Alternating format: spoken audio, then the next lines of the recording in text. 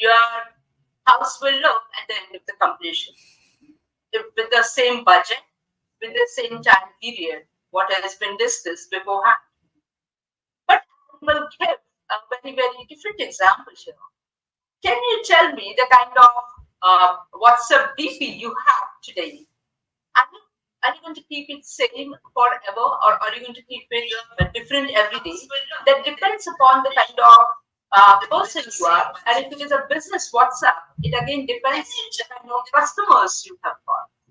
So sometimes you're talking about things which are ever changing, the requirements which are ever changing, and that is something which is as of today, and that is agile methods. So agile methods float along with the time and the technology and the requirements. So you cannot be oblivious to the technological advancement, to the changes in customer preferences. And hence, people have moved from just predictive or just agile to a very great realm of hybrid or adaptive method.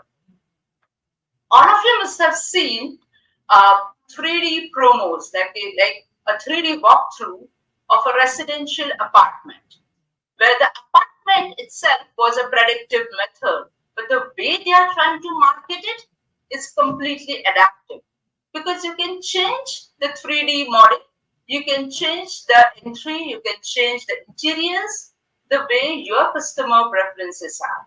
And that's where the world is moving from just predictive or just agile to hybrid and adaptive methods. So let's take this little in deeper sense, right? So when we talk about agile, we talk about doing whatever is required in a single time. So let's understand waterfall and then we'll go back to agile. If we talk about waterfall technologies, or I can say as predictive technology, I look at a definite result. So there is a requirement which is definite. Then there is a design which is getting approved, like a house design from the architect. Then I go to a civil contractor who is going to implement that design.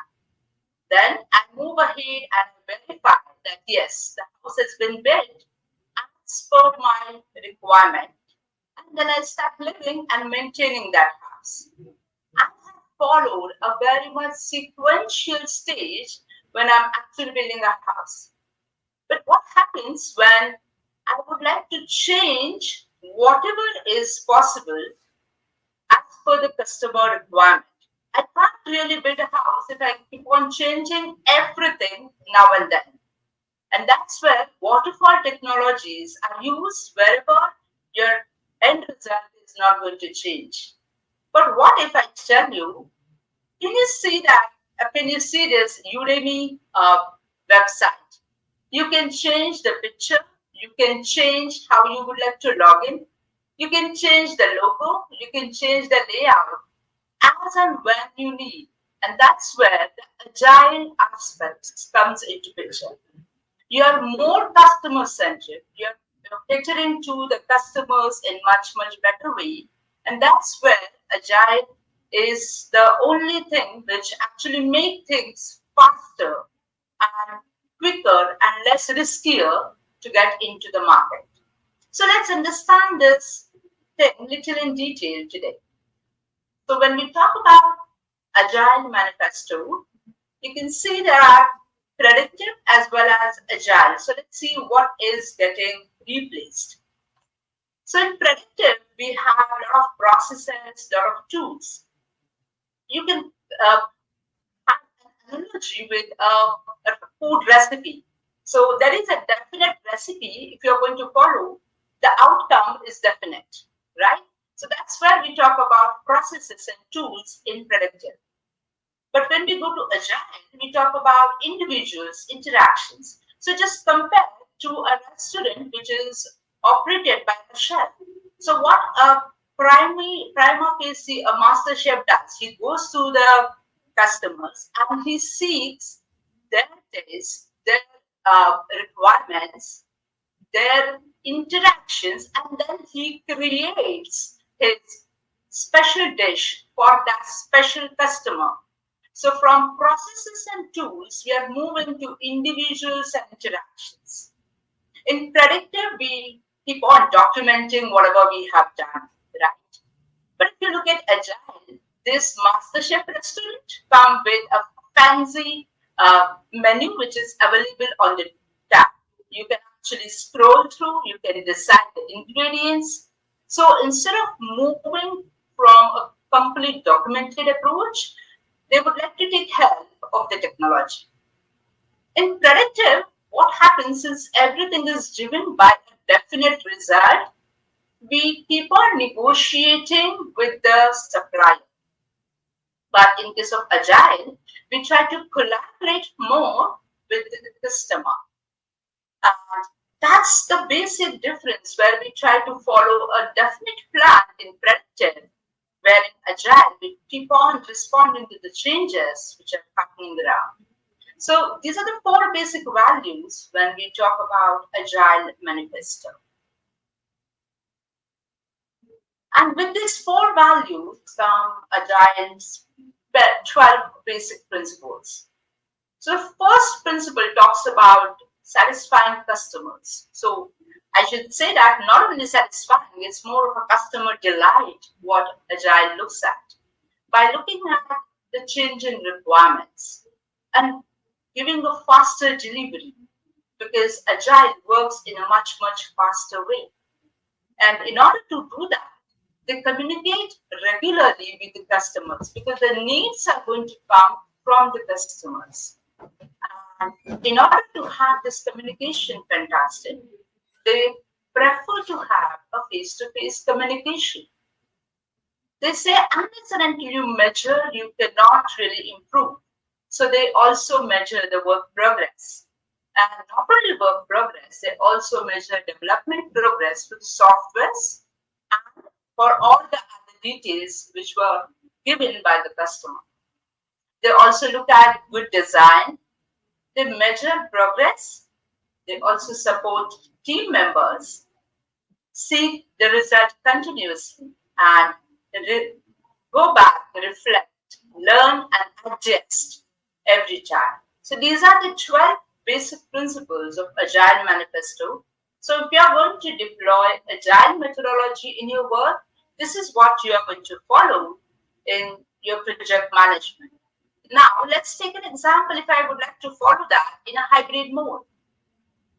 As an interior decorator, if I go back to my customers, I would love to have their customer delight because they are going to give me the next customers. If I'm going to go to speak to my customers, I will look at what kind of changes they would like to have in the design which I give. I would like to give the delivery of certain modular formats quite quickly. And in order to have that, I will communicate regularly and have meetings with them. And I will also have a fantastic support team which will help me to move further. And this whole will give me a complete agile method to work in an interior decorator firm. I hope agile is now not just related to IT or ITES. It has gone beyond. And that's where we try to say that the world is not just predictive and agile, it is moving towards hybrid project management. Let's talk about the benefits of agile. Now, you can see on the graph, the orange line talks about agile development and the blue line talks about the traditional way of project management. So when we talk about agile, the visibility of the project to the end customer is almost constant. Unlike in traditional ways where the project used to begin and then the end result used to come, the visibility is quite constant. The adaptability to the newer environment is quite high in Agile. And since in Agile, what happens, you are developing, let's take an example. You are developing a web application for certain number of customers. Let's suppose you are trying to do a web application. So what happens, since the moment you start installing it feature by feature, you start creating business value to the customer and start lowering the risk. So it's like a fantastic win-win situation for the customer and for you, where your business value keeps on increasing and the risk is also coming down. So this is the reason why people are preferring Agile. So when we talk about Agile methodologies, there are so many ways by which we can go ahead. The ones which we are going to talk in detail is Scrum, but we have Lean software, we have Kanban, we have Extreme Programming, Crystal Agile Framework, DSDM, and Future-Driven Development. All these are Agile methodology tools, but the maximum utilized tool, which is currently what we are going to see, is called Scrum. So Scrum is a lightweight, iterative, and incremental framework. So this particular framework is actually working in iterative way. What does that mean? Every time you're going to go forward, make the change, and see if the change is going to work, and move to the next incremental change. And that's what Scrum is made for. So this Scrum breaks down this entire software development into smaller phases called sprints. So let's understand the way these sprints are designed, the way the sprints actually work. So this is how basically Scrum flow works. Okay. Now let's understand what is product workflow or product backlog. Product backlog specifically talks about what are the features you would like to have in a particular application or a particular website for that matter. So product backlog is given by the customer or the customer representative, and he says that, okay, these are the features which I would like to see in that particular web application. Based on the number of features and the importance of features, your sprint, that means your work, is planned in sprint planning. So who planned this sprint? Let's see that when we move a little further. So the sprint is planned to figure out what are the features I would like to do it in a particular time period. Then we move to sprint backlog. So when we move to sprint backlog, we talk about what are the features which are done, what are the features we are going to implement in this sprint.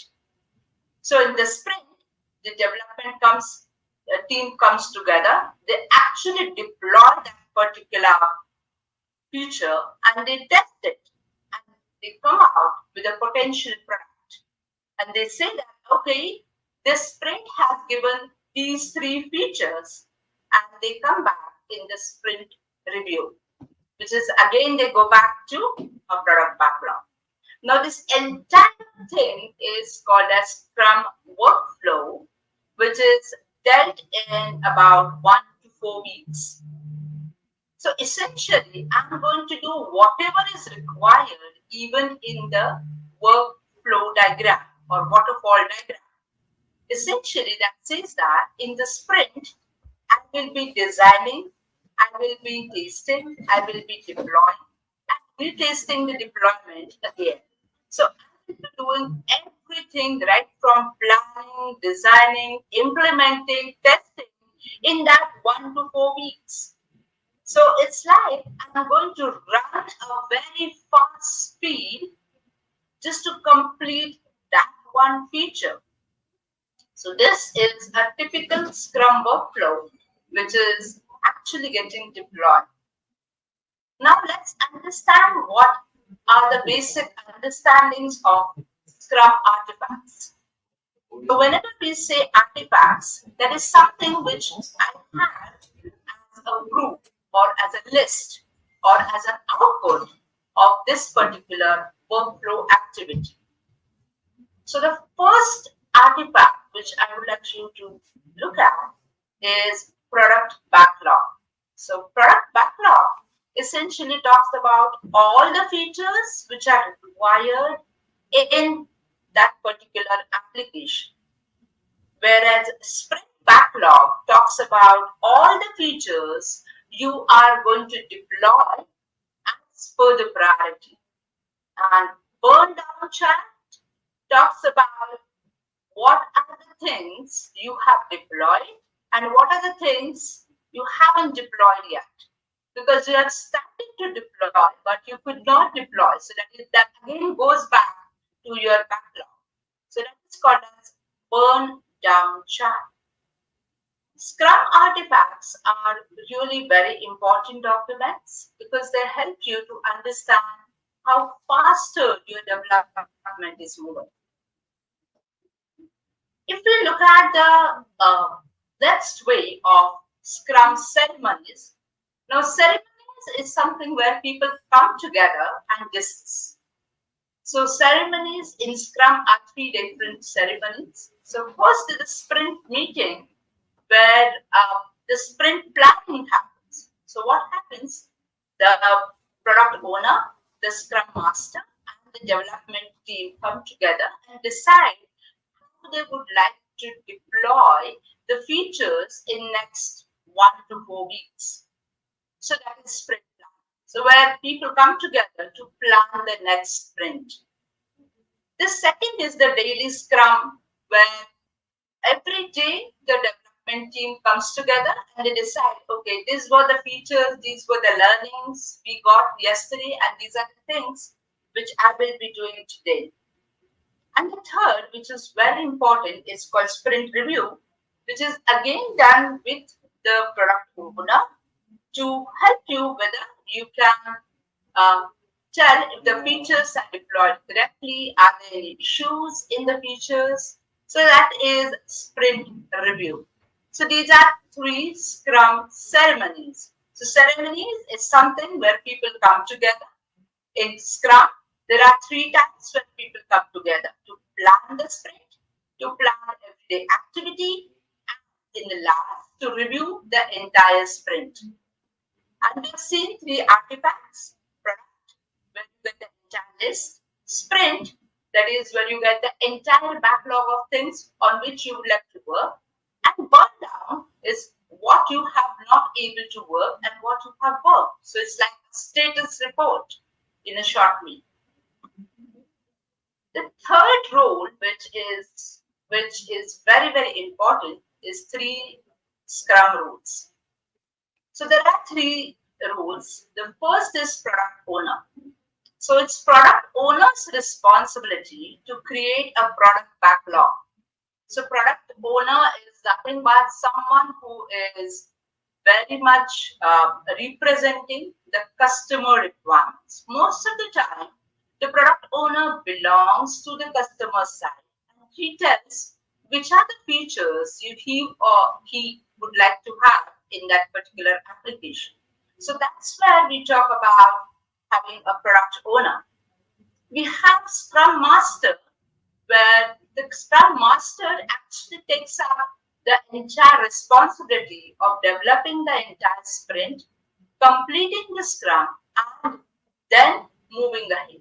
Where we talk about developmental team, we talk about the daily Scrum activities which are taken across. Now let's see this entire in a proper framework. This is a normal diagram which you may get at the end of the Scrum framework you would like to search. So if you see, there is a product owner who gets inputs from end users, customers, teams, and other stakeholders. And then he creates a list of features which is called as product backlog. Then along with the team, they decide which are the features on which they are going to work now, which are the priority ones on which they are going to work. Then it moves to sprint backlog, where it talks about what are the work which you are going to move ahead with, and what are the things which you are going to park it for the next sprint. And now you see this orange color circle, which talks about how we are going to actually work on it. So this is the agile circle where you design, where you plan, design, implement, check, and you go for review. This entire circle is governed by an internal project coordinator called Scrum Master. And in this Scrum Master, it is his responsibility to seek everyday inputs from the team members, to give everyday inputs and the requirements to the team members. So Scrum Master is the bridge between a development team and the product owner. So that is his key job, to save the team as well as save the interest of the business. And last but not least, we actually go for a review at the end of the stream, and then we retrospect. What are the things we have done it differently? What are the things we have learned it? And what are the things we should be refraining from? And that is called a learnability report, which is being presented at the end of each retrospective meeting. So this is the fastest way to deploy any new coming software, any new coming change which is happening today. So why people actually vouch by Scrum? So the first thing which we would like to understand is Scrum is very, very responsive, because you can change the demands in next Scrum cycle. So it is giving you a response to the customer requirement. So that is the first thing. You are able to evaluate your features at quite early stage. So if you don't want a particular feature, I'll give a quick example.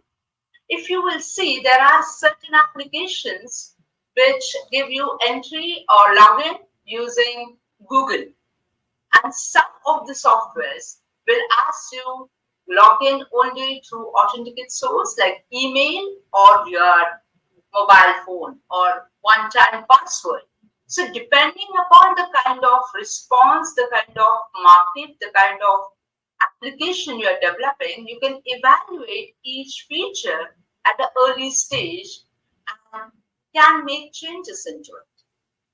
Scrum is extremely transparent in the sense, since you're able to have a close engagement with the stakeholder representative, it brings a lot of transparency when you're deploying a particular software. And that's the reason Scrum helps you to make the entire process faster.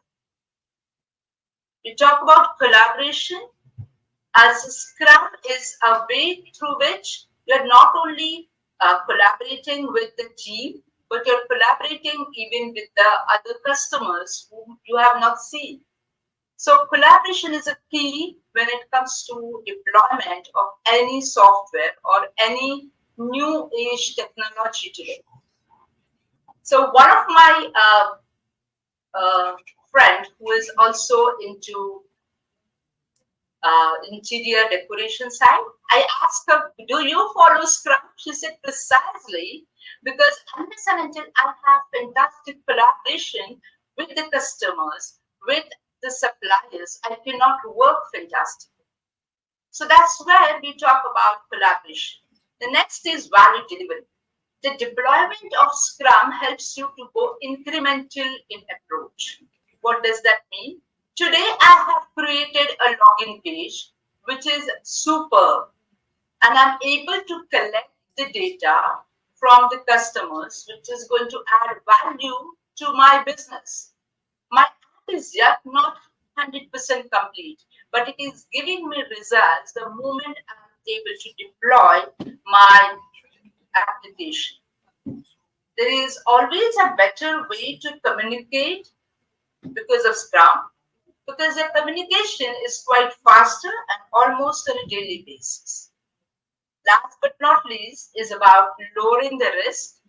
As you're going to implement Scrum, It will help you to lower the risk of two things. A, not acceptance by the market, and B, the technology risk. So you are able to lower the risk because of deployment, which is quite early, and in collaborations. So these are few benefits which we can look at for Scrum. But not everything is superb, right? There are some lacunas where we as project management executives should look into. So let's look at what are the things which one should have so that you are able to deploy the Scrum better way. You cannot deploy Scrum in better way if your mindset is not set towards agile frameworks. So agile or Scrum can be deployed only and only when the organization culture starts supporting it. So this is one of the biggest requirement by Scrum, that your organization culture should support Scrum kind of technologies. And that is the biggest challenge which is faced by many organizations today who are still working in the traditional way of software development. So if you're going to shift your mindset towards agile frameworks, then deployment of Scrum becomes very easy. Otherwise, it becomes a very, very challenging task. When I say this, we cannot, look at how project management will be in future. So project management, if we really would like to see how it is going to go ahead, it is going to change a lot due to artificial intelligence. The redundancy in the work and the kind of the work which can be dealt in much faster way can be used by AI. As of now, the predictive modeling has been used to predict the future cost of the project, and it has helped to create a better budgeting. So that is something which is also going to change. So we have a bigger impact from AI. We also have a great impact from data and analytics, because that is going to make a difference in project management. The third, which we have been talking about, is the hybrid approaches, where you need to have agile ways to cater to the predictive environment as well. Surprisingly, when we were looking at the research, we figured out that emotional intelligence, which is at the base of project management today, because unless and until you are able to understand what exactly the customer is looking at and what is the solution of the problem which your project is going to provide, you cannot be a successful project manager. As what we all accept, that each project is an answer to a question. In that case, emotional intelligence is actually going to play a very big role. And last but not least, how adaptable you are to the newer changes, the newer technologies, the newer business environments, as well as the challenges which are coming up from the climate. So all these will actually make a difference to the project management which is going to be there in the future. As we come to the end of the session today, I will take a moment to introduce that we have introductory and advanced programs in project management through upskilling platform called Digital Regenesis and a School of Technology.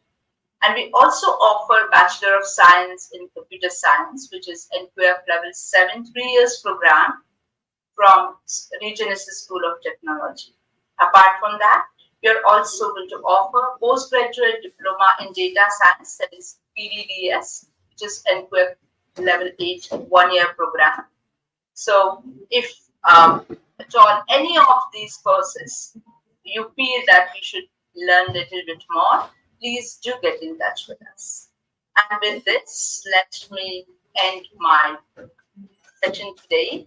Thank you each one of you for being a wonderful audience.